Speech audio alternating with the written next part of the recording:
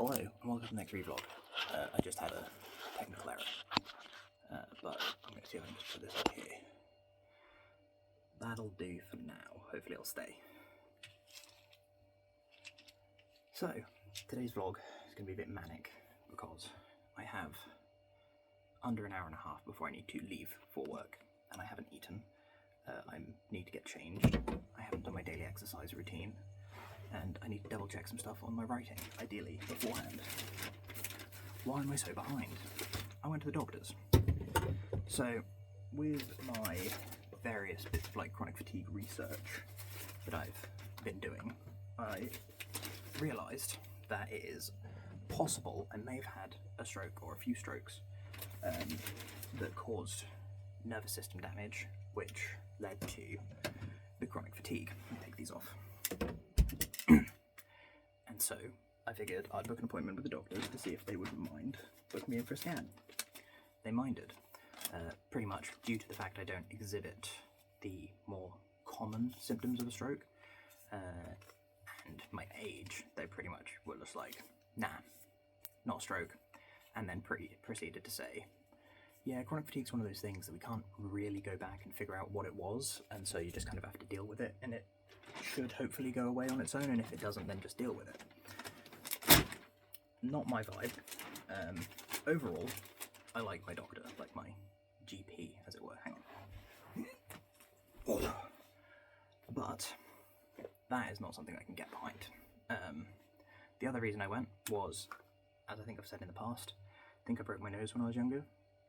They did a little looky-loo with a tool, and recommended me a little bit of the old Beckinase nasal spray, hay fever relief, to try and reduce any inflammation there.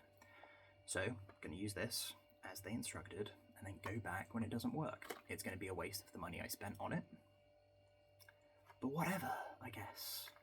And then I'll have to spend another 50 minutes there, because I arrived 3 minutes early, and was informed I should probably have about a 5-minute wait, and about 35-ish minutes later, 40 minutes later maybe, is when I actually got called to go and see the doctor.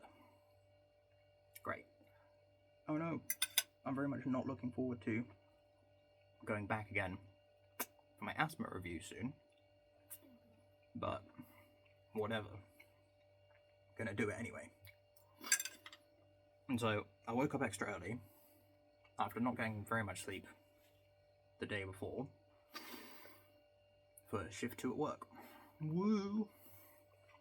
So, gonna be extra tired, and I'm already like a little peeved.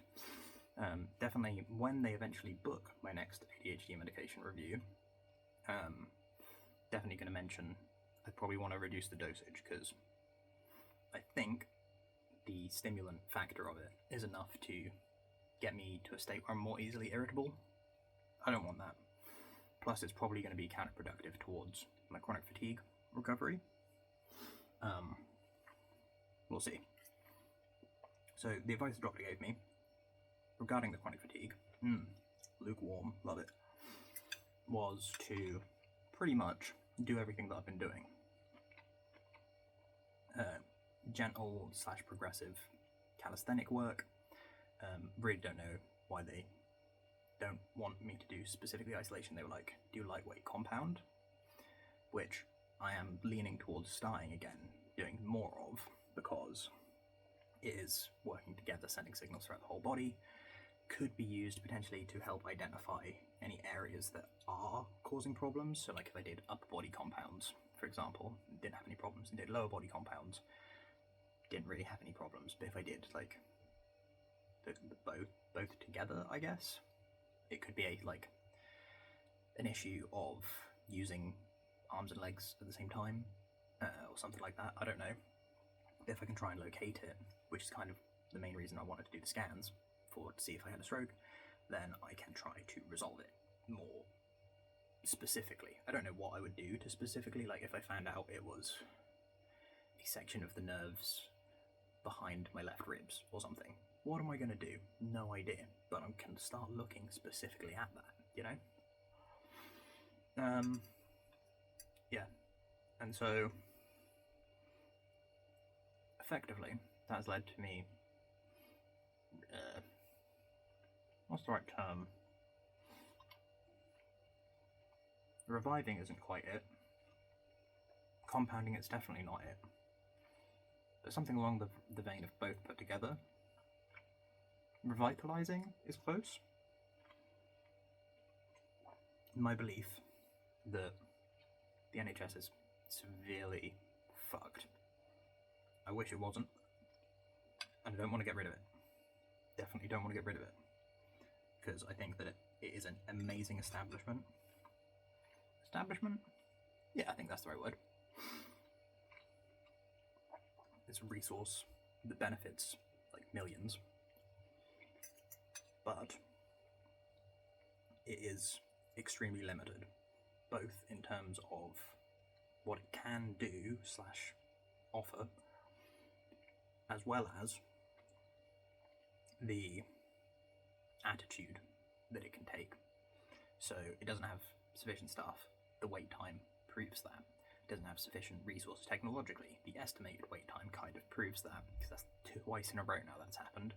The last time that happened, I had to get up and leave because my appointment was slightly later in the day and I had to go to work. Oops. Oh, that is a very solid sweet potato. Maybe I won't eat that yet. That could be breakfast. Tomorrow, I mean. This is breakfast now. But the fact that slyly my doctor was like, holistic methods can be tried. Didn't recommend them. They're not allowed to recommend them. But it's not the first time my doctor said that to me, because they're aware of their limitations. They did also say that I could potentially try and go private. Don't have the money for that, and they also aren't aware of any like private chronic fatigue specialist type of places. They're bound to exist, but I would have to find that on my own. And definitely can't afford it. The other thing was that they pretty much treated chronic fatigue, the umbrella term, as my issue rather than the specifics of mine is almost definitely nervous system related. All of it might be. Maybe. Probably is. However, they were like, we don't know what causes it. Different things cause it in different people. Some people get better and then get worse again, etc. Rather than saying, well, we can try things, they're not allowed to try things. They didn't tell me that, but it's pretty clear from the discussions I had like 3 years ago and the one I had today that they have a routine to follow. After that, there's just a suck it up and deal with it. We can't do anything. So I don't think I'll be going back to the doctors about my chronic fatigue until I get to a point where I might be able to specifically say, this thing is the problem. These are the things I'm doing to help resolve that. Do you have any resources to help with this specific thing? And I feel like the more specific I get, the less likely they're going to say yes. But if I get to a point where I can say, hi, I think I've done the research, here it is, take it with me, boom, this is the problem I have, this would solve it. It's not something I can get. Can you get it? That they might be able to do something, like get me a prescription that I won't otherwise be able to acquire or something. I don't know. But unless something like that happens, I don't think I'll be going back about chronic fatigue, which is a shame. And again, another reason why I think that throughout my entire life, the establishment, which I don't mean the NHS, I mean the bigger establishment, has just failed everyone and continues to do so. Woo. But I won't say more than that because I might get in trouble. Seems unlikely because I'm not proposing we do anything about it.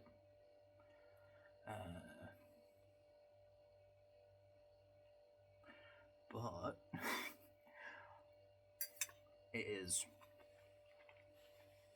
still a risky thing to say bad things about the establishment, as it were.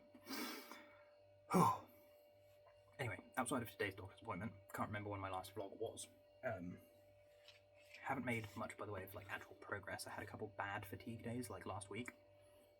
They seemed somewhat isolated, and I think it was due to the volume of stress last week at work, because it was socially stressful, I guess.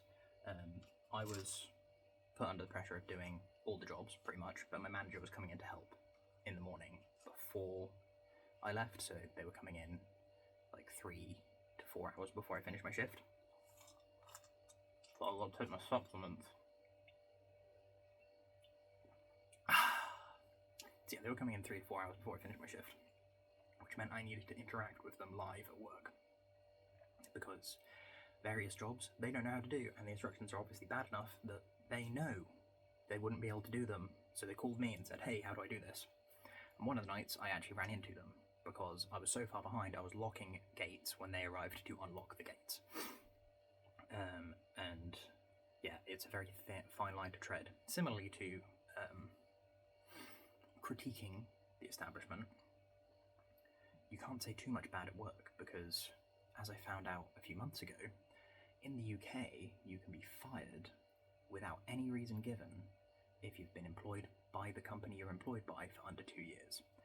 Now, I don't know the specifics of whether if you change role within the same company that resets, or whether because you're still employed by the same company it doesn't, but I've been employed by my current employer for under 2 years, meaning I'm very fearful for my job because I need it to pay bills and stuff, and so I can't say anything too honest, which really like fucks with the justice brain. Probably doesn't help. My mum was very big on honesty when I was a child. Though white lies are okay, blah blah blah, there's nuance. But yeah, I pretty much did the most daring thing that I think I've done at my current job, which was to say, this week, which was last week, has been no worse than every other week since you changed how the system works. It just means that there's less jobs that get done, so the company earns less money. For me, it's barely any different. And that seems to have prompted a degree of change from my manager, because I don't think he wants me to leave, but also I have a huge list of issues that I could present if I didn't worry that they'd say, oh, this is a problem employee, get rid of them. Because my manager can't implement those sorts of changes. So whilst he might not want me to go, if I tell him and he tells the people above him might say just replace him. Now, as far as I'm aware, come April, that law is changing. So it's a 6-month thing, which still feels gross that you can fire someone without giving a reason for 6 months after you employ them. But yeah, it is what it is, you know. I don't know whether I'll still be with the company then, because I have things to do outside of work, and the 4 on 4 off worked great when I was in the bad pits of fatigue. But if I find a job that's not going to drag me back there, then I think having evenings again, and or being on a schedule that allows for regular planning rather than an 8-day schedule would probably be more beneficial for me going forwards.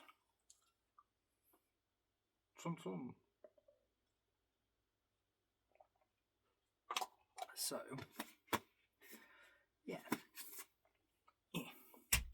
In terms of physical exercise and stuff, I've done some. I'm still working on other things. I've got some like construction-y projects that I'm intending to do to help out. So to build like a step for step-ups, for example, rather than just using my bed, I have a very low-down thing that I can use, but it's also not super sturdy. So yeah, I plan on replacing that and making it like a box that can be opened, so that way I can store stuff inside it as well, and that'll be beneficial. When I ever get around to doing that, we'll see. I did some cycling and some running last week, which is good, and I think they were very relaxed, especially the running, because it wasn't running. It was maybe 10 minutes, 15 minutes of jogging spread out across an hour. But hey, I enjoyed it, and I think it did help. Just overall lifeness, and even that was on one day. Spent an hour outside, and some of it was jogging. So I hope to be able to get back into doing more cardio stuff. I've been doing the rope flow. Haven't done much skipping recently, which is a shame, but the amount of time I spend on my feet is quite high, and the impact is like feet first, obviously. Skipping should be relatively low impact, but then if you miss, you whack the top of your feet and stuff. But I've got like the tools that people use for like foot massage now, so I'm going to try that at some point, see how that goes, rather than just doing like manual stuff or using the gun. Yeah, nutritionally speaking, the last couple of days haven't been the best, not going to lie. I had a reasonably large amount of pizza and a burger that was like greasy, and I think that's not good. At some point, I think it was last week, I had like the smelly sweat, which isn't good. Something that I had a lot early fatigue stuff, which, who knows, might be some way related.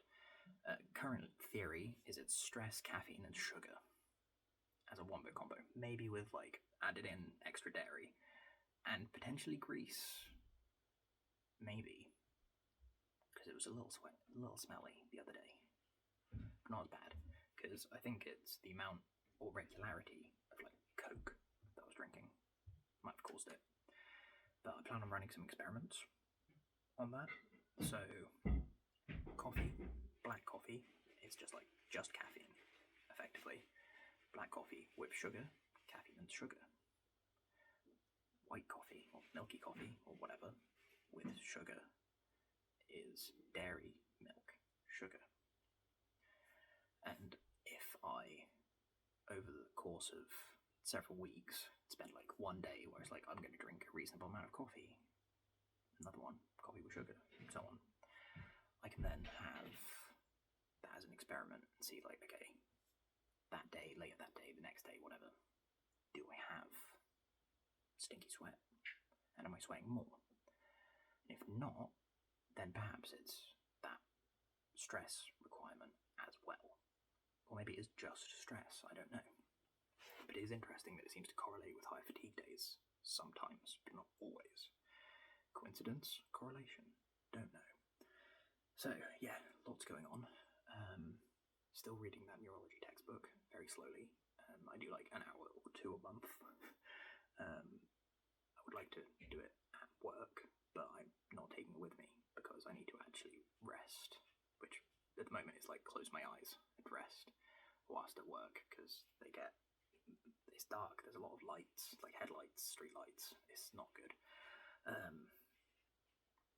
So yeah, that's how I spend my break at work, is just chilling. What else? There was something else. I've got a big pile of books that you just can't see. They're like a foot out of frame. Big pile of books to read. Once I finish the neurology book, probably going to go for an easier, like lighter reading book. But I also have, I think it's up here. Yeah, I've printed out this regarding lymphatics. So the research is going. It's just a slow process because of all the other stuff that I need to do, like kung fu practice. I'm working till Thursday, I think. Yeah. Then this Friday is my monthly kung fu roundup, where I do everything. And that's another document I've got here. I need to make a printout version with like tick boxes, so I can follow along a routine, laminate it, sorted. And then all I need to do is, if I'm doing it here, have it here, mark a pen, or take it with me, mark a pen, / have a digital version and take it off digitally on my phone. For the last few weeks I've had like a sort the musics, where I want to get a bunch of music on my phone, but I haven't, because it's such a low priority. But then when I do that, I can make a playlist for that monthly Kung Fu Roundup, because it's going to take hours plural, and so it is what it is. Can't do everything for Kung Fu, but I've got things to substitute in for the things that I can't do because I need other people with me. You know, it is what it is. Then writing is going relatively well.